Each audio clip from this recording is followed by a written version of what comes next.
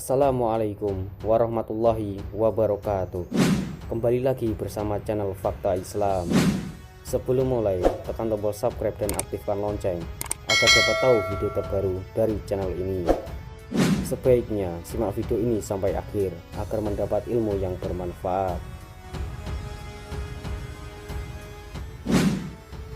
Banyak kisah menceritakan penyebaran Islam di Nusantara adalah dengan melalui perdagangan dan lain sebagainya. Salah satunya adalah kisah penyebaran Islam di tanah Kalimantan. Ada banyak teori tentang kapan Islam masuk di wilayah Kalimantan. Marzuki dalam Tarikh dan Kebudayaan Islam menjelaskan, di Pulau Kalimantan, Islam masuk melalui pintu timur. Kalimantan Timur pertama kali diislamkan oleh Datuk Ribandang dan Tunggang Parangan. Kedua mubalik ini datang ke Kutai, Kalimantan Timur.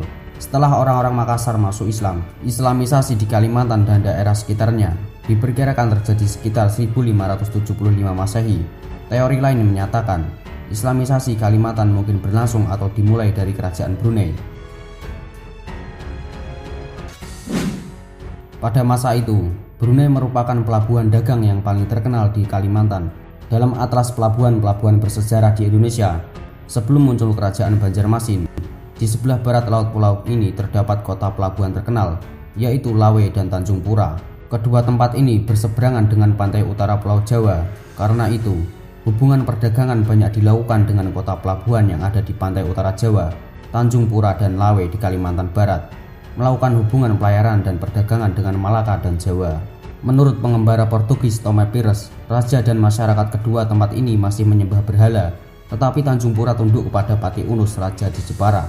Pati Unus yang menyerang Portugis di Malaka dan diidentifikasi dengan nama Pangeran Sabrang Lor dalam berbagai babat, jelas berasal dari Kerajaan Demak.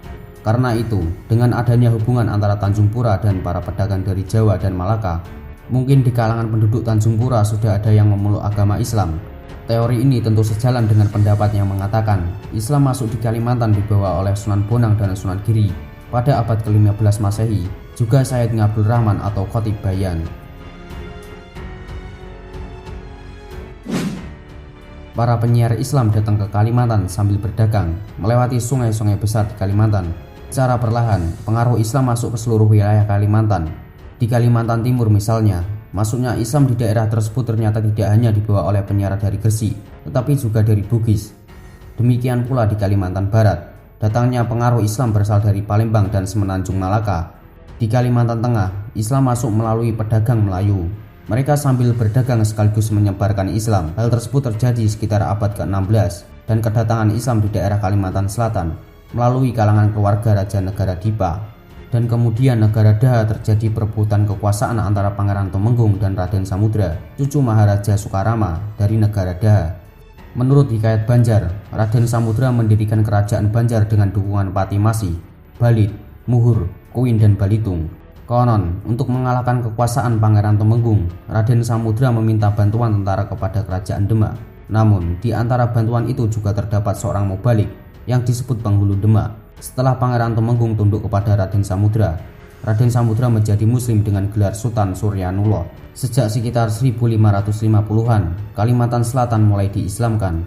Kedatangan Islam di Kalimantan Timur dapat kita tahu dari Hikayat Kutai yang menyatakan bahwa pada masa pemerintahan Raja Mahkota, datang dua orang mubalik yang bernama Tuan Ribandang dan Tuan Tunggang Parangan.